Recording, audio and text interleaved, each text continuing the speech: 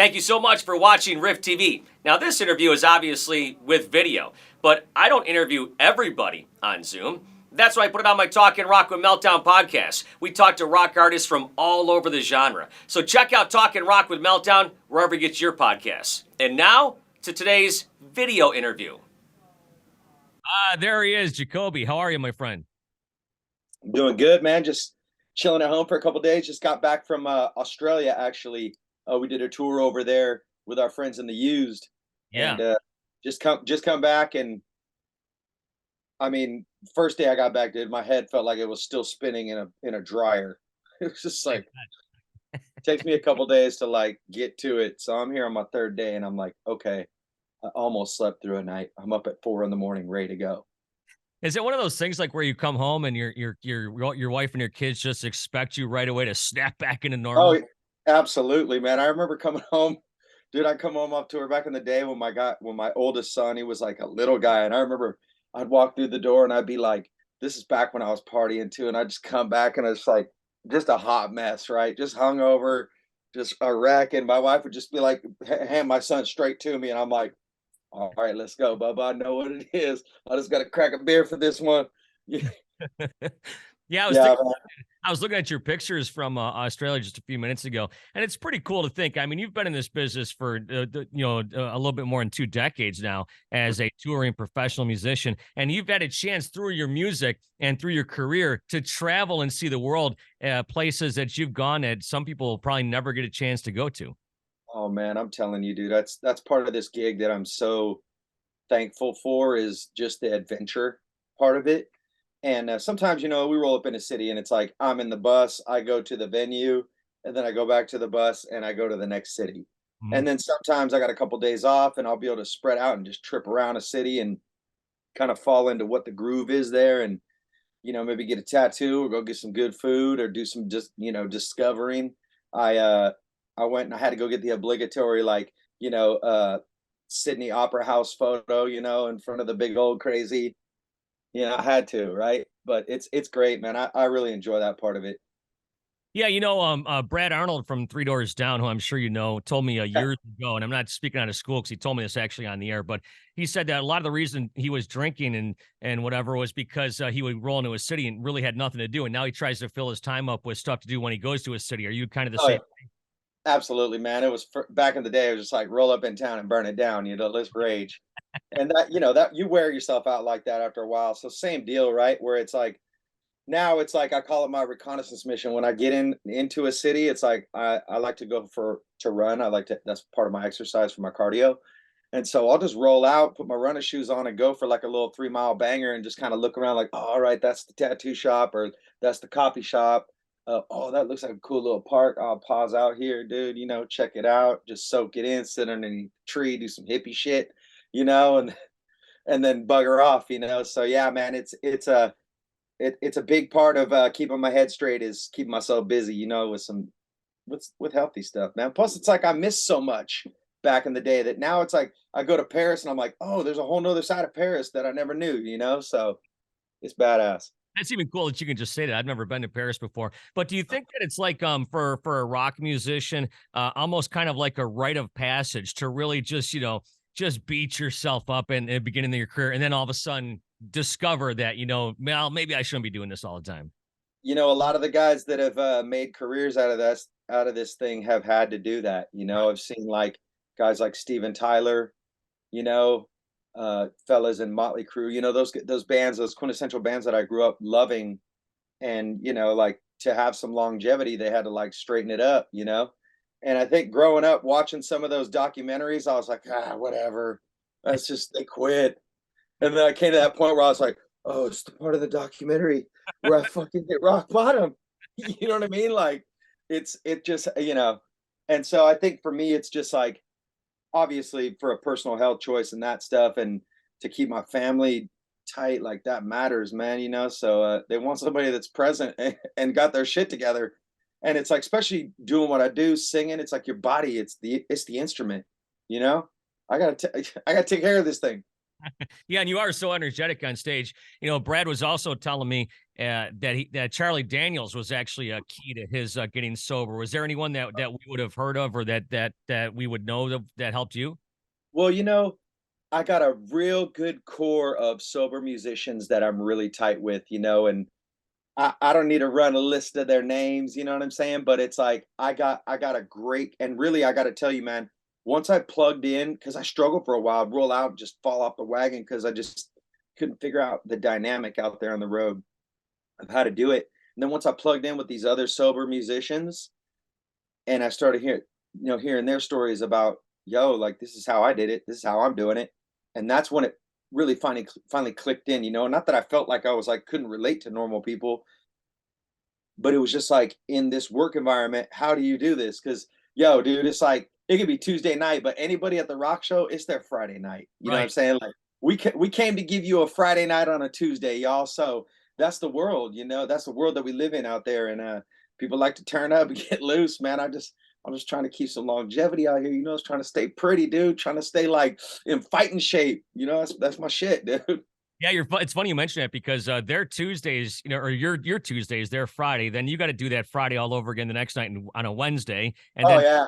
it's like a never ending circle. And so yeah, you got to find a way Oh to yeah. get off that train, eh? Yeah, dude. And then after you've been out on the road for like say like about 8 weeks, every Friday night just feels like Monday. Mm. Every day feels like Monday. You're like, God, get me home. I just need to go. You know. You consider yourself an addictive personality? I know that people like in your world, of course, you're the lead singer and you run all over the stage and you're like, eyes on me and stuff. Do you consider yourself addictive? Yeah, most definitely. I definitely have that addictive nature, and it'll move on to other things, whether it's, I got a bicycle for a while and it was like every city I just had to like bike, just get around, go do that whole thing, or like I'm addicted to my wife's vagina, like 25 years. Holy Seriously, it's like for real, it's an addict. No, I'm just kidding. Um, yeah, I definitely have like that addictive nature. And so I got to watch myself, just wherever, just let's get some healthy addictions, I guess. That's yeah. what it is. Yeah, I think last time you were here, you were telling me about riding your bicycle. Actually, when I was interviewing you live, but you're going to be playing over in Windsor in the middle of July, which is a great venue, the Coliseum at Caesars Windsor, which is really kick ass. But then the Shinedown show is coming through Detroit, and you guys aren't. It's like I think maybe the only show you guys aren't on. Is there a reason for that? I got a friend who had texted me. He's like, "What, dude? No Detroit?" I'm like, "Man, I wish," but I think there was a couple dates that they had. Because see, bands like I'll book something like a year and a half out, Yeah. right? And it's like, oh well, that's like in the middle of a tour, and it's like that's already a prior commitment. So I think that's probably the scenario with that. Or maybe it's because we're doing this show up in Windsor. I don't know. It's like radius clauses and Yeah. whatnot, but I got love for Detroit, dude. Like, come on. But you just Yeah. gotta make a little trip across the way.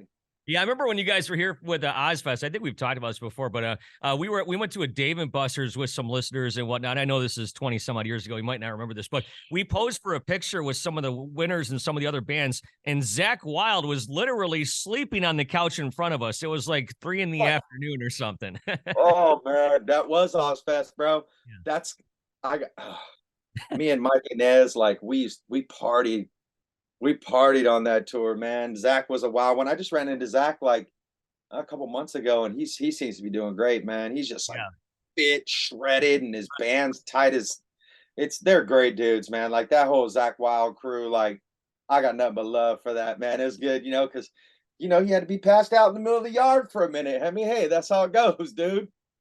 Yeah, no, JD's like one of my good buddies. I like him because I'm only Oh, five yeah. six and he's shorter than I am, which is not, I can't say that for many people in this business. So Makes you feel tall, huh, brother? that's right. Yeah, there you Hey, go. I'm telling you know what? Here's a hack, bro. You just tuck your shirt in, and for some reason, it makes you feel tall. It's weird. I swear to God. I tuck my shirt in, I'm all, am I 6 feet?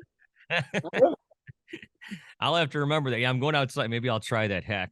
I don't think so. Hey, let me ask you something. So you guys have been around. I mean, since 2000 is kind of when you guys broke, 1999, 2000. But you and Jerry and Tobin have kind of been together the whole time. What keeps, especially like you three guys, like brethren till the end? Man, that's what it is, dude. I think we just got together when we were in high school and we knew each other as youth, and that was like we had this common passion. And then as we've grown into adults and we've allowed each other to evolve in our own right, and still remain like tight as a crew, and understand like everybody's strengths, what their superpower is and what their weakness is, and how do we implement that into what we do. Because I think the only way we see we could do this is if we keep our relationship right, because it's like we spend so much time together out on the road, man. It's like if it's toxic, it would just be hell, right? Yeah. And it's hard to live like that, man. So we just choose to keep on, loving each other. It sounds kind of fluffy or whatever, but it's like that's what it is, man. And allow each other to fail too and fall flat on your face. Sometimes you got to let a brother fall and then let him get back up. You Yeah, know, we were like, talking a few minutes ago about documentaries, and of course, we've seen all the documentaries about bands breaking up, so you probably looked at those 2 and said, "Oh, that will never happen to us," and it's nah, man. probably worked though, right? Yeah, dude, this is the process of the dream, man. The dream we had when we were 16, where we were like, we want to do this till we're just old men. Like Mm, that was the vision since the beginning. Everybody thought we were crazy. They're like, I'm like, our first release that we released was a full length CD, was called Old Friends from Young Years, and that was the goal. We were just like, that was in '96, I think we released that, yeah. and it's like that was the goal for us to be old friends from young years, and here we are still doing it. It blows me away, man. Still passionate. Yeah, and you guys started out in Sacramento, and you remain there. Is there a reason why you didn't move somewhere else, or just family, or just feel comfortable there, or whatever? Yeah, I got to tell you, man. I got my village here. I grew up when I grew up. We moved around all the time, so I didn't have my cousins around. My grandparents were never around. I come from a broken home, so it was just a lot of. I was always the new kid somewhere, and I mean,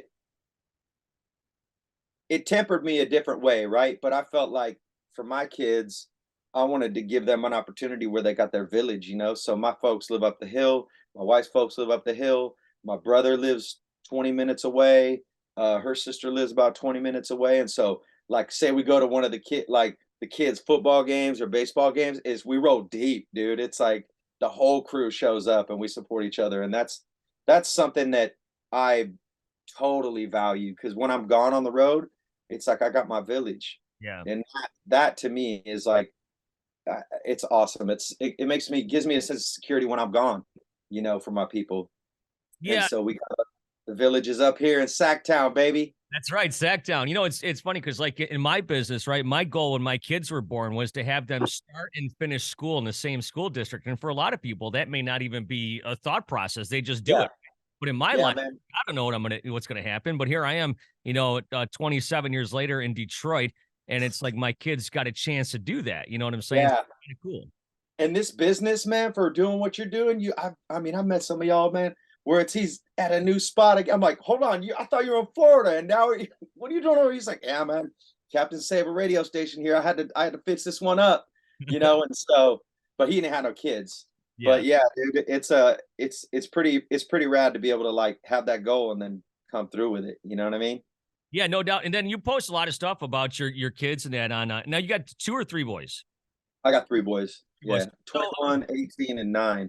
yeah, yeah, yeah. Kids are great, man. I'll tell you what. I saw your kid with the cross and the football and all that stuff, and your youngest one with the elf on the shelf stuff. My wife the other day, Yeah, sent a text to me and my kids like, "Where is my Snoop on the stoop?" She couldn't find. Snoop on the Like, what are you talking about? Yeah, right, exactly. Oh, man. Yeah, that Snoop on the stoop is great, dude. I've seen that one. They got the mensch on the bench. That one's a good one too, dude. There's some solid ones, man. Yeah, it's fun though. Obviously I have a cool job. Obviously you have a cool job, but it's fun sometimes to be the rock dad, isn't it? When other Oh, dads out there doing like their 9 to 5 or their normal stuff, and we get to like do this kind of stuff. yeah, it is, man. It's an interesting life, and my kids my kids love it. My kids think it's awesome. They miss me when I'm gone, but it's like they admire the fact and respect the fact that I was bold enough to chase a wild ass dream, and they love the music, and my older boys are real with me. They're like, Dad, I got to tell you, man, I like it when you do the heavier stuff, Dad. Do more of the heavier stuff. They're always telling me, make it heavier, Dad. I'm like, well, I mean, Dad, so I'm trying to explore other territories, son. It's like a I'll roller make, coaster ride, right? I'll make it heavier, son. Here we go. So when you played on stage with your son a couple months ago, that Yeah. like viral, didn't it? That was crazy. That was a little viral moment for sure, dude. And what just beyond that, like just a rad dad moment. I was like, he hit me up before the tour. He's like, "What do you think? I'm like, come up on stage and rap one with you." And I'm like, "All right, spit it. Like, what do you got? Which one?" And he started spitting it at me, and I'm like, "All right, a little more rehearsal, dude. Just give me a little more rehearsal, and then we'll see where we're at." He came out on tour, and he was, in the dressing room throwing it down. I'm like, "Of course you could. Yes, you got this, dude. Like, let's go." And it's funny, man, because he's been sharpening his craft on his own in his bedroom for the last like 4 years as a writer, as a essentially as a rapper. He plays drums all the time. Loves that. Loves playing rock and metal drums, but loves rapping. And so came up on stage and just threw it down. Like he threw down. It was rad. It was fun to see. Yeah, my son about I don't know 10 years ago or something says, "Hey, if I score a hat trick in hockey, will you put me on your podcast?" I'm like, "Yeah, sure, go ahead." And he scores a hat It, trick next game. And he first thing he said to me was, "I'm on your." that's what's up. Yeah, it's like you do that stuff for your kids, man. Absolutely, man. That's what's up, dude. That hockey's a savage sport, bro. Yeah. That is, man. That creates a savage young man. I'll tell you that, dude. But just putting your kids in sports though is like a great thing. And it's like, I don't know about you, but I never led my kids as far as music is concerned. I let them kind of discover what they wanted to and what they liked. Oh yeah, that's been the process for my kid. There was some years where it was just like, I'm like, oh god, what are they listening to? This is killing me. Been there. Ugh. But it's and they only listen to like 30 seconds of the song before they move on to the next one. I'm like, no, you are fired as the DJ. You could not take over my sound system in the truck. If you listen to a full song, we can. You know Yeah, what I'm saying? I know exactly what you're saying. I got a 21 and a 20-year-old. Yeah, exactly. Oh yeah, kids these days. Yeah, the kids. Yeah, now we're starting to sound like a couple old men. But all right, Oh man, real fast before we let you go, what's going on with the band? We haven't really talked about the band. What do you guys? dude. I mean, obviously the tours and stuff like that. Anything else that you can relate to us? Yeah, man. So we are back in America. We're about to do this run with our boys in Shinedown, which is gonna be sick. Yeah. And we're about to bugger off over to Europe here in June and have a smashing summer in Europe. That is going to be like we're bringing the pyro and like we're going big on this one, man. It's going to be a smasher of a tour. And then we're working on some music, some new music. At the end of this month, I'm rolling up in the studio and cutting a few vocals for a few new songs, and kind of, I guess, discovering where the music is going. And I'm really excited about that. And so probably looking, maybe 20 late 24 for new music. Mm. We'll kind of give it a break for a minute, but we're just gonna, a little victory lap with the boys in Shinedown and go sell out a bunch of arenas, man. It's gonna be sick, and I'm super stoked about that, And we just released the deluxe version of our vinyl, and it's got this is the one that I'm honestly like most proud of, just with the extra tracks that are on there. We got guest vocal from Caleb from Beartooth on this track, Cut the Line. We got our friends at Hollywood Dead with this dope remix of Swerve.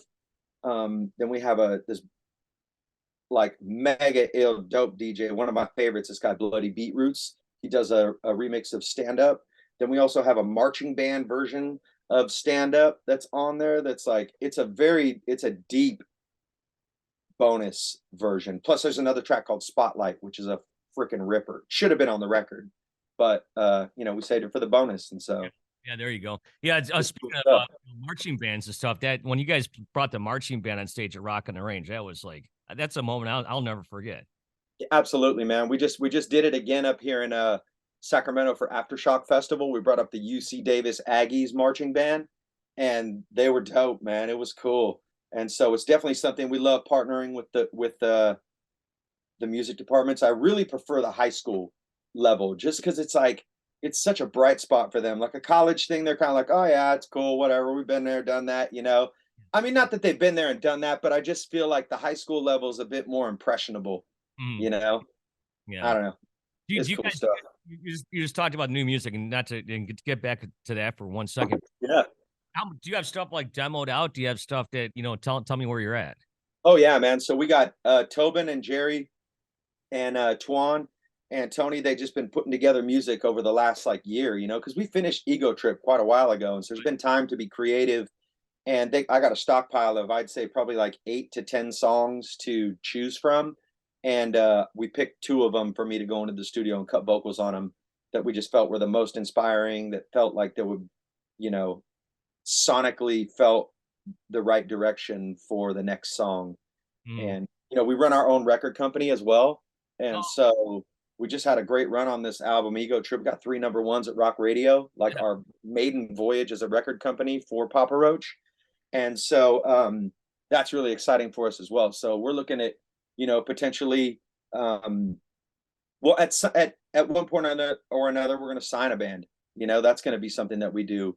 But I think for us right now, we're going to focus on Papa Roach another cycle Mm. and build the infrastructure, and then it's like, all right, here we go. We've tested this thing out with our band for a while. We're ready to bring an artist in, and so what's the next phase? It's exciting. That's what we're finding out. No, that's great, man. That's awesome. Yeah, I don't know. As we close out here, I don't know if I'm going to see you next at a show in Windsor or perhaps on the Retaliators. I haven't seen that yet, and it's kind of annoying me. Oh, I think it's only on Shutter. I haven't been able to watch it. If you've seen it, obviously, right? yeah, yeah. That film came out great, man. I had a really great time being part of that, and pushed me out the comfort zone. Got me into something that I am not. I'm used to being in front of a camera, uh, but not. It was a different experience. Singing a song in front of a camera is different than doing some acting, Right. and I had a great time doing it. So I think maybe at some point in the future I'll get some more lessons and try to dive into it a little bit. But I'm just so focused on, like, straight up the band and the fam. You know what I mean? I mean, you've heard it in the conversation we've had. It's like, where do I have all this extra time? It's like, I think that's once I get these kids out on their own and they're fully self-supporting, it's like there's gonna be a animal that gets turned loose out of me, dude. Like, I'm gonna have some extra time to be more creative too. So I'm excited about that, you know, what my sunset True, looks but like. one day, like I've already experienced, you'll go to your kid's last game. Oh, bro. I had the conversation with my boy Jagger. He was like, it finally hit me. I was like, what? He's like, I played my last high school football game. I'm all, that shit happened like 6 months ago or 5 months ago. How did it just hit you? And it just, he had that moment, that, oh, that was it. But I gotta tell you, what the sickest part of his last time he played in a high school football game, the last time he touched the ball, he had a touchdown. Oh, is that right? Nice. Dude. I was like, that's a cool story for you to tell as a man that as you grow up. I'm gonna tell it to some of my friends if that's okay. Yeah, my son scored his last goal in hockey in their last game. They lost 3-1. He opened the scoring halfway through the second period of the goal. But the last goal he scored in the regular season game, I actually went to the referee after the game and I said, "Can I have that puck? Because it cost me around $30,000." Hey man, you invest in your kids, man. Yeah, That's you what's gotta up, have it. dude. That's how we change the world, though. Honestly, everybody's talking about changing the world. You just raise some awesome children. That's right. You know what I mean? That's There's what's no up. question. Well, I'll tell you what, go enjoy your date night. Thanks so much for the time. Thank you for not saying you didn't have anything more important to do. No, man, I appreciate you taking the time, man. And we got love for the Rip up there for real, man. Absolutely, dude. It's we've been coming there for up into your town for years, and we appreciate you guys supporting, and we love your city, man. And we've seen it grow, man, and develop and evolve, dude, over the last 20 years. Yeah, no. Downtown Detroit's coming up, baby. Well, Jacoby, thanks so much for the time, man. I really appreciate it. Absolutely, brother. You take care, Meltdown.